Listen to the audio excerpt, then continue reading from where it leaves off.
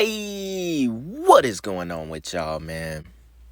It is Black Balloon, and I'm coming back with another video, so y'all already know what's going on. Alright, y'all. Now, a lot of y'all requested that I do a part 2 to the stage moon landing video, so y'all already know we're gonna come back with that video, man, and get it done and talk a little bit more about it, since this is a very interesting subject that I've only done that one video on this topic. So I do want to show a piece of the back half of the interview that Candace Owens did with the film director she was interviewing about the staged moon landing, right? It gets very interesting toward the end of it as well.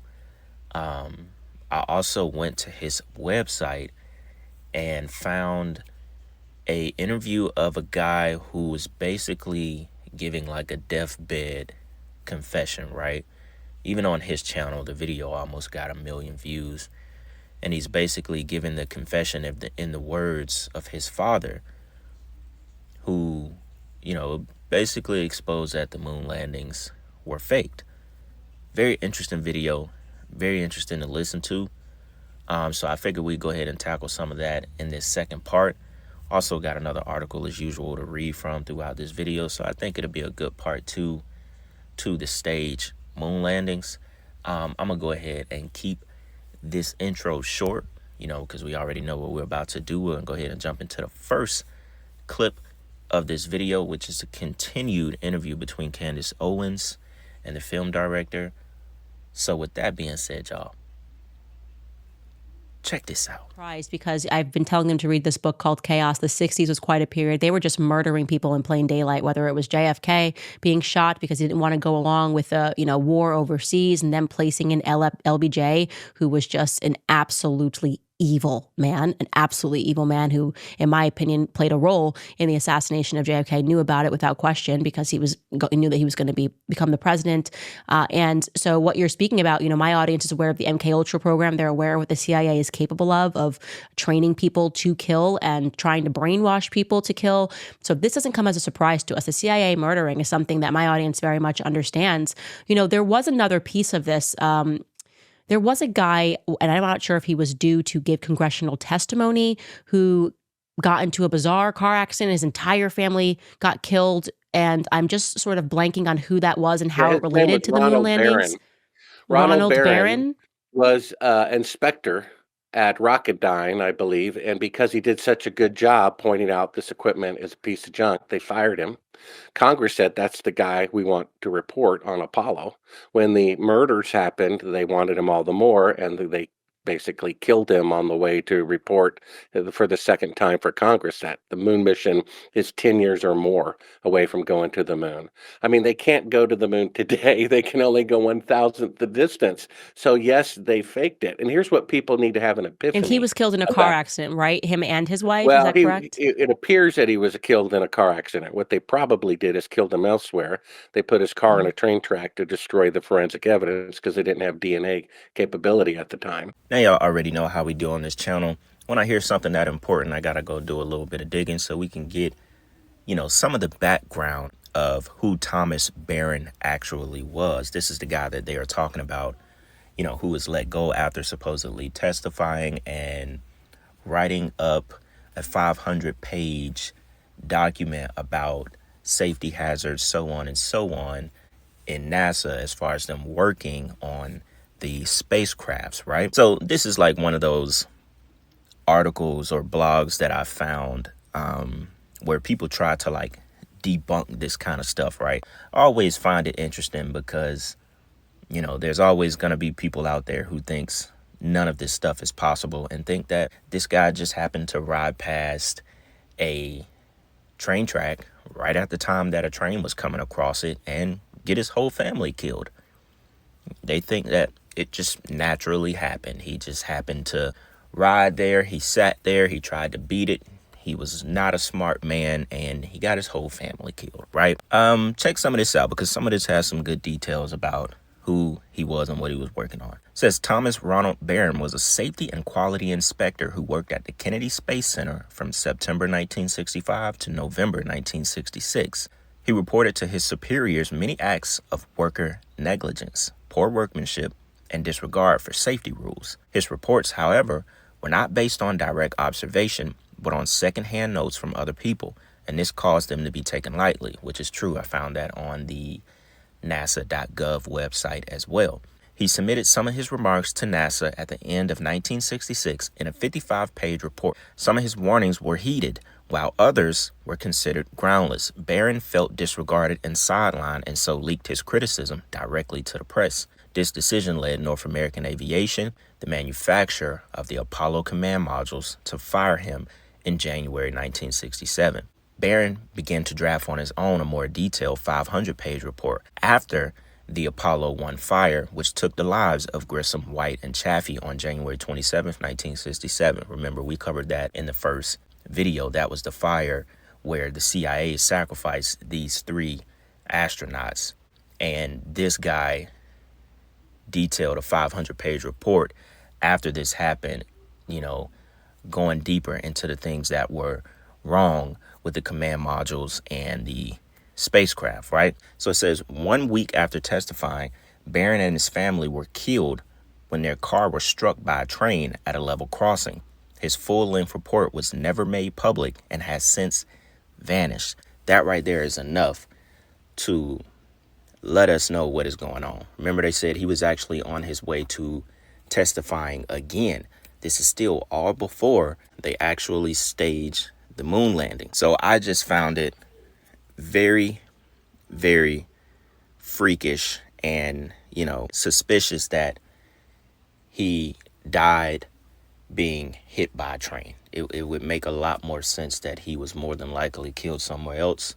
And at that time, the people that, he was trying to expose, CIA and so on, because obviously the CIA was doing a lot of taking people out of here back in the 60s. And we know they have the power to kill him in the manner that they did, which is probably somewhere else. And then they staged his car there, just like the guy said, to get rid of any forensic evidence, because it just wouldn't make sense. I know maybe it's happened before in real life, but it is very rare. Someone who was like exposing NASA and all of this good stuff, like a week after he testifies and he has to testify again, he just suddenly gets hit by a train on a train track and his whole family dies. Man, brutal, right?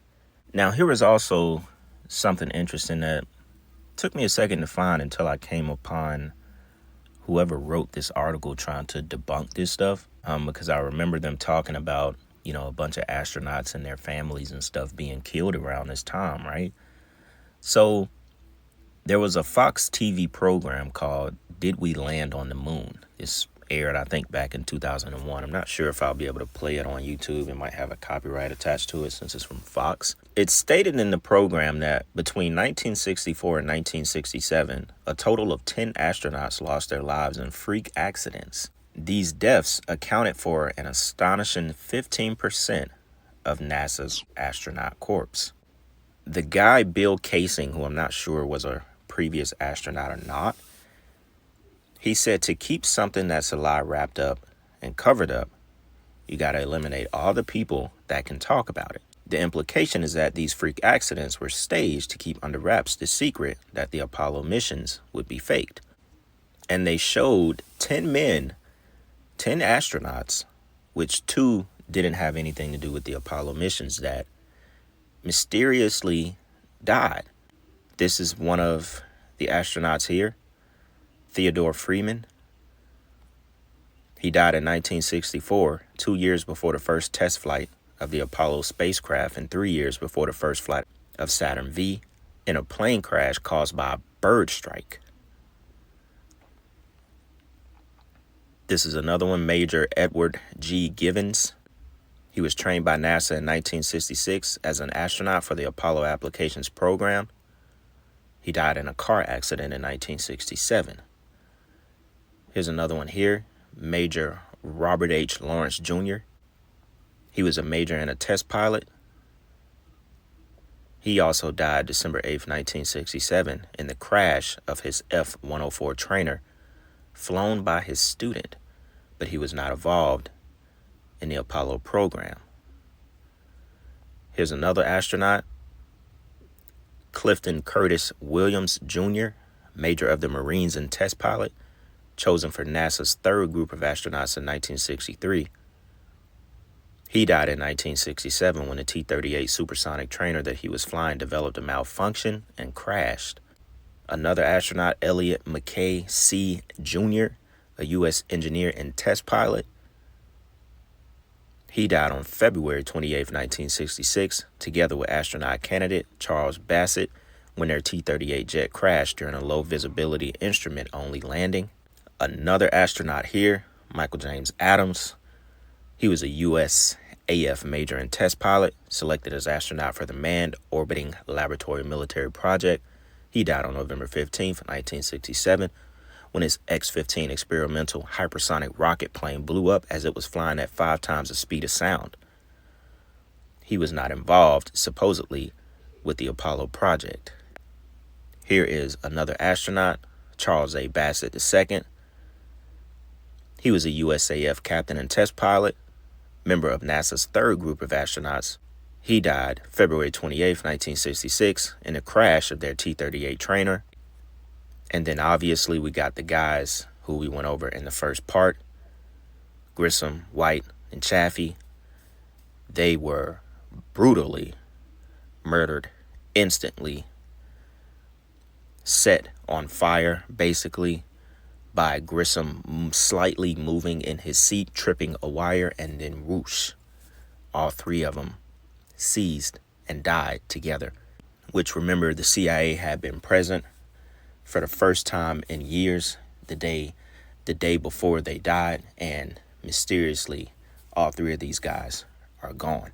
But people need to understand this. According to Bobby Kennedy Jr., who has more access to the JFK files than Oliver Stone does, his opinion, which is he's the expert, not me, so it's my opinion, his uncle, President Kennedy, was absolutely 100% killed by the CIA. I guess that's election interference, isn't it? And then Robert McNamara, defense secretary during the Vietnam War, said, look, the public was against entering the war. We said we need some sort of Pearl Harbor type of thing. Well, the day before Pearl Harbor, 90% of Americans were against World War II. The day after, they wanted to get even. So they created a fake attack by the North Vietnamese against an American ship in the Gulf of Tonkin. Congress passed a law, the Gulf of Tonkin Resolution. He said on his deathbed, it never happened. We made it up. Congress passed a law. Shouldn't the CIA get a reprimand, if not be completely shut down forever? Right? So my point is, the federal government is willing to kill their own president. They're willing to start a war that needlessly killed 58,220 of their own people. So I don't think they're going to have a problem faking a video image on the moon. You see? And if you want to show people, I know I sent to Mark this still picture. You can prove. Now, first we proved with logic. You can't have 1,000 times greater space traveling technology in 1969 than you can today. There you go. It's over. They didn't go. If you need more proof than that, bring up the picture, a still picture. I'm a filmmaker. Like I said, my job is to make fake scenes look real. And if we show this picture, you'll see that in sunlight, shadows are parallel. Go outside on a sunny day, 2 trees, 2 telephone poles, 2 people standing in your front yard or parking lot at lunch. And you'll see it's impossible mathematically for the shadows to intersect. You see that on the left-hand side? It's impossible. Then here's a picture they claim is on the moon, that the astronaut shadow is going at 12 o'clock and a shadow from a rock is going at 9 o'clock. Now, that's a 90-degree difference from objects 5 feet apart. This is all the proof that you need that the moon missions were taken on Earth, because it's supposed to be 20 times brighter than a desert on Earth because there's no atmosphere. So you don't need light. That's proof that light is really close, and it's an electrical light. That means well, they it's didn't interesting go. that you speak about this because then you go, what is the purpose? And you also see this element of money laundering at a time when they wanted to go to war, money just disappearing because people were believing that we were having these amazing feats accomplished in outer space. And it's interesting to see if, and I did this looking into the companies, who received that deal with the government. Hey, we'll give you all the money, you create the spacesuits. Hey, we'll give you all the money, you create the spaceship. And they were producing pieces of crap. I mean, one company literally made like nylon spandex and then they're like, yeah, no, you'll be good enough. No basis in science or anything. Like, you can make our spacesuits, and you can see the images of women sewing the spacesuits. And then you learn about how many degrees it was on the surface of the moon. And you're telling me this material was able to endure this many degrees during the daytime and Fahrenheit, and then dropping below like, what was it, like negative 200 degrees at nighttime. And somehow this fabric worked, and the film was not corrupted during that heat, film being in the camera. And so the more that you look into the moon landing and seriously look at the pieces that have been written by people who are just telling you this just never happened. I mean, I'm a photographer. Show me the camera that can survive these temperatures, and make it all the way back into the atmosphere. And then you run it and the pictures are perfect. It is a bit cartoonish. It's almost cartoonish. I mean, one guy likens it. He says it's like the Easter Bunny for adults. People that are holding on to this myth of the moon landing. That's pretty much what it is. I've been using the Santa Claus analogy, and I don't mean to be insulting, but the moon landing really is Santa Claus for adults. Now, I have to say that this guy really knows his stuff. Bart Cro is his name. Y'all welcome to go to his website, bartcro.com. I think in the original video with Candace Owens, she has it linked as well if you're not able to get the URL to load up properly. But he makes a lot of points that are almost like irrefutable. If you have the eyes to see it, you will see it, that this entire thing was staged. Now, next up, I do have one more clip that I want to show about the deathbed confession that he was speaking on earlier in the video. It might have been in part 1, I can't remember, but it's just more proof that everything was staged, everything was done right here on Earth. Now, I'm pretty sure this video will, spark another one as far as us probably covering the Kennedy assassination. I know that is probably the most, widespread conspiracy content, or so many people have done videos and talked about, what really happened, the second shooter, him being shot in the car, just so many different theories, and possibly the CIA actually, killing or the government, U.S. government killing their own president for an abundance of reasons. But y'all let me know if y'all want to go down that rabbit hole. We could definitely get a video going on that topic. I've never actually directly covered the Kennedy assassination. I'm pretty sure we could come up with a pretty good video to dive down that rabbit hole, right? So, yeah, y'all, I think I will go ahead and show this clip. I may or may not come back and talk in this video again. But we'll go ahead and wrap this video up with this last clip, this deathbed confession. Thought it was pretty interesting to add to the video. So with that being said, y'all. Hello, my name is Gene Gilmore. My birth given name is Eugene Reuben Akers. I don't want any money for what I'm doing because hopefully this video won't come out until after my death. So I have nothing to gain, nothing to profit by telling you what I'm going to tell you. And a lot of what I'm going to tell you is available online until they see this video. And I'm sure things will start getting scrubbed. My father, in 1968, was stationed at Cannon Air Force Base in New Mexico. I made notes on my computer so that I wouldn't forget anything, because there's a lot of little things and stuff that I'd forget. So these notes were made a long time ago. The original recording that my father made on his deathbed was destroyed in a fire. So this is my deathbed confession, because now I'm dying of cancer.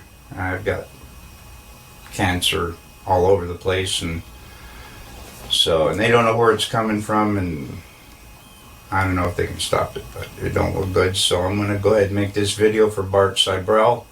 He knows not to do anything with it until notification of my death, for which my son will respond to that.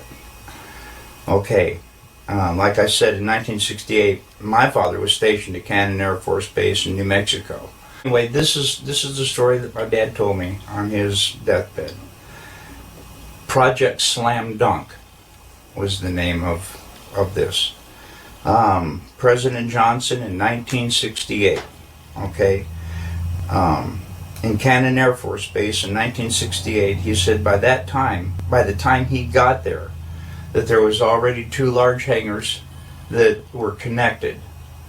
There was hundreds of dump trucks that came in and dumped sand and stone, and cement powder was powdered over the top of all that to make it look like a lunar landscape. They had men that fashioned it into a lunar landscape, he said. Okay, I've never known my dad to lie, so this all took me by surprise. You know, what's that all about? So anyway, he said that in front of the airplane hangars was pole framing with large canvas tents that was concealing the inside of the staging area. Inside the staging area, on flatbed trucks, was uncrated the lunar lander that was reassembled back inside the hangars. All of the walls were painted flat black, and the ceilings as well. He was sworn to secrecy by the NSA, and they would put him in prison for breaking that oath. When Dad saw the moon landing on TV, he cried. He said he knew that what he had witnessed on TV was exactly what they recorded in that hangar. There was no reason for them to go flying around and everything. They had detailed high-definition photos of the landing area. There was no reason for them to go flying around to a different landing area that almost exhausted their fuel, except for drama, because everything had gone so smoothly. Nothing, you know, so it had to be something. Anyway, Dad was one of 3 guards that guarded the inside of the front entrance. There was a list of 15 people who could enter. No one else was allowed by order of President Johnson. And here is that list, and I gave it to Bart Cro as well. And he checked out a lot of these names, and he says he can verify a lot of these people and what they do. And I come across a couple myself. Anyway, President Johnson, Neil Armstrong, Edwin Aldrin, Werner von Braun, Robert Emenegger, Gene Kranz, James Webb, Joe Kerwin, Dr. Thomas Paine, Glenn Looney, Dr. Christopher Kraft, Dr. James Van Allen, General Trudeau, Lieutenant Colonel Donald Simon, and Grant Norrie. Now, the only 2 that I really have information on is Robert Emenegger. Apparently, he did a lot of video work and stuff for the Department of Defense. So the DoD did know him. Okay, and the other one was Grant Norrie, Norray, I believe. Was to the best of my dad's knowledge, was a like some FBI, CIA, NSA, who knows, something like that. Okay, President Johnson only showed up for the first day of filming. Filming lasted for 3 days, and the entire project was restored to original. In other words, the hangars were all taken apart, the sand was all removed, and so on and so forth. Okay. Dad said there was a lot of building going on at the base, so at the time, so sand and cement powder was never questioned. I can see how they could smuggle that all in within everything else that's going on. Since 2002, I have dug up, I already told you about that, the evidence for the moon landing that I have found. If you go to Google and go to Cannon Air Force Base website, they admit that President Johnson was there. The lunar lander was there. The astronauts were there. I also have verified some of the people on the list were there. I also verified there are a lot of building going on in the base, just as he had told me. And all of this was going on at the same time, on the same date. Dad told me all these things, father to son. He also told me not to ever tell anyone what he had said, but he said on his deathbed that he had to tell somebody before he died because it was just too important not to tell.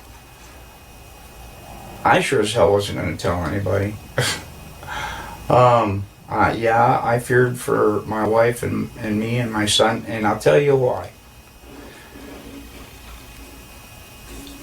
Ever since I contacted Bart Cro, I think they may be listening to his phone once in a while, because I never had any problems until I contacted him and told him my story. Now,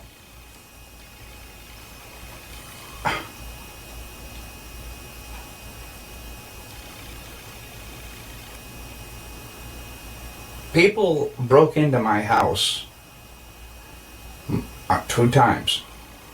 I was visited by men with black suits, and I was told in no uncertain terms to drop this whole project, not to say any more to anybody, or me and my wife and my son could disappear. Now, one last thing to take notice of that I thought was very interesting from the guy speaking basically on his deathbed as well, since he was saying that he was about to die from cancer, and he did die in 2022, right? It made me think about, even looking at this picture, I feel like Kennedy's death definitely had something to do with, the mission to stage man landing on the moon. Now, obviously, he died 6 years before the staged moon landing, but I don't think it would have gotten that far with President Kennedy in office. It may have not happened at all, because clearly, he wasn't on board with much of anything that they wanted him to do behind the scenes. Lyndon was only vice president for 1,036 days. I find that number to be very significant. And then, of course, his term ends right before they, supposedly sent man to the moon in July of 1969, when Richard Nixon took over office. So it was already done. It was set in stone by that time. Lyndon Johnson obviously did everything they wanted him to do. Now, one thing I also found very interesting, just to go ahead and wrap this video up. Remember, he said Lyndon Johnson only allowed 15 people into that, that bunker, basically. And one of those names was Wernher von Braun. If y'all remember my Nazi videos, this is a very important figure for the Nazis, the Third Reich, and the United States aerospace program / the beginning of NASA. He was an ex-Nazi scientist, the brightest of them all. After developing the V-2 rocket for the Nazis, Wernher von Braun was recruited by America at the end of World War II, where he designed the spacecraft that took NASA to the moon in 1969. Wernher von Braun was one of the United States' most valuable rocket scientists, and he was a member of the Nazi Party. As the Germans surrendered at the close of World War II, both the United States and the Soviet Union discovered just how advanced the Third Reich's military arsenal had been, and both sides wanted a piece of it for themselves. Consequently, the United States began recruiting some of Nazi Germany's brightest minds, with von Braun at the top of their list. Check it out. Wernher von Braun actually became the head of NASA itself. So this right here gives you a really big insight to what was actually going on at NASA. The fact that a former Nazi of the Third Reich headed NASA, the demonic founded Jack Parsons wild ritual NASA was headed by a former Nazi, y'all. You cannot believe a single word or action that has came from NASA, and that includes landing on the moon. Hello, Apollo 11. Houston, Goldstone says that the TV looks great. Over.